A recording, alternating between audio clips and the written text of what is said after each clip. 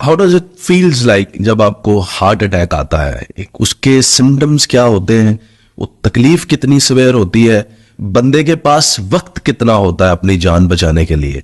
اور اس کو سب سے پہلے کیا کرنا چاہیے؟ دیکھیں، سب سے امپورٹنٹ چیز یہ چیز ہوتی ہے کہ جب آپ ایکسرٹ کر رہے ہیں، چل رہے ہوں، کوئی سیڑھیاں چڑھ رہے ہیں، چڑھائی چڑھ رہے ہیں، کوئی وزنی چیز اٹھا رہے ہیں، غصے میں بات کر رہے ہیں، اور یا آپ نے پیٹ بھر کے کھانا کھایا ہوا ہے، یعنی کہ جیسے پنجابی میں کہتے ہیں تن کے کھانا کھایا ہوا ہے، آپ کو سینے میں بوجھ، یہاں پہ سینے پہ بوجھ محسوس ہو، ادھر جکڑن محسوس ہو، اور وہ جکڑن پیچھے چلی جائے کندھوں کے درمیان میں، یا گلے پہ آ جائے، یا جبڑے پہ آ جائے، یا بازو میں، بائیں بازو میں چلی جائے، یا دائیں بازو میں، یا دونوں بازو میں چلی جائے، اور پسینے آپ کے چھوٹ جائے، گھبراہٹ، یہ نشانی ہے کہ آپ کو ہارٹ اٹیک ہو رہا ہے۔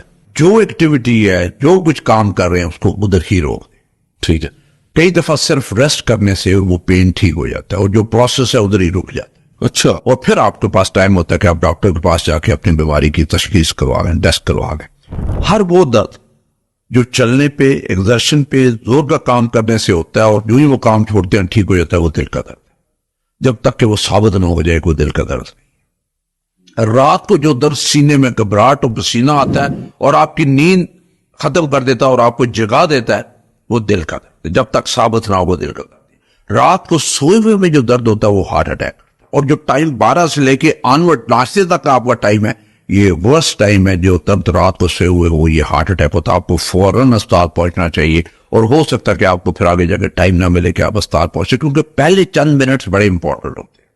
وہ کلاٹ ہوتا ہے، کلاٹ بن کے ہارٹ ڈیمیج ہو رہا ہوتا ہے، پھر کئی دفعہ اس ڈیمیج کی وجہ سے، ہارٹ اٹیک کی وجہ سے دل کی دھڑکن خراب ہو جاتی ہے، یا دل بند ہو جاتا ہے۔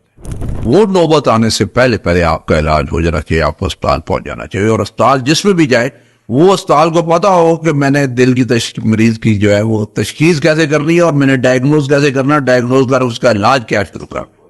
Do we have 5 minutes to reach hospital? جی بالکل۔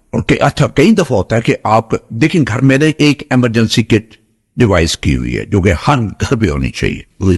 وہ آئی تھنک اس پروگرام میں، آپ کے پروگرام کی وساطت سے ہر بندے کے پاس ہونی چاہیے۔ ایک اینجیسڈ گولی ہوتی ہے جو دل کا مریض زبان کے نیچے رکھتا ہے جب درد ہوتا ہے، جسے خون پتلا کر؟ جی نہ وہ خون نہیں پتلا کرتا، اچھا، نالی کھولتی ہے۔ اچھا، نالی کھول زبان کے نیچے رکھتے ہیں، نالی اگر شوگر کی ایک کڑوال پڑ گیا ہے یا اسے کریمپ پڑ گیا ہے، تو یہ جو ہے یہ کریمپ کو کھولتی ہے، کڑوال کو ٹھیک کرتی ہے۔ ساتھ یہ ایک ڈسپرین کی گولی چبا کے کھا جائے، ثابت نہیں لینی، ثابت لینے میں وہ ٹائم، اس کا اثر ہونے میں ٹائم لگتا ہے، اس کو چبا کے کھا جائے۔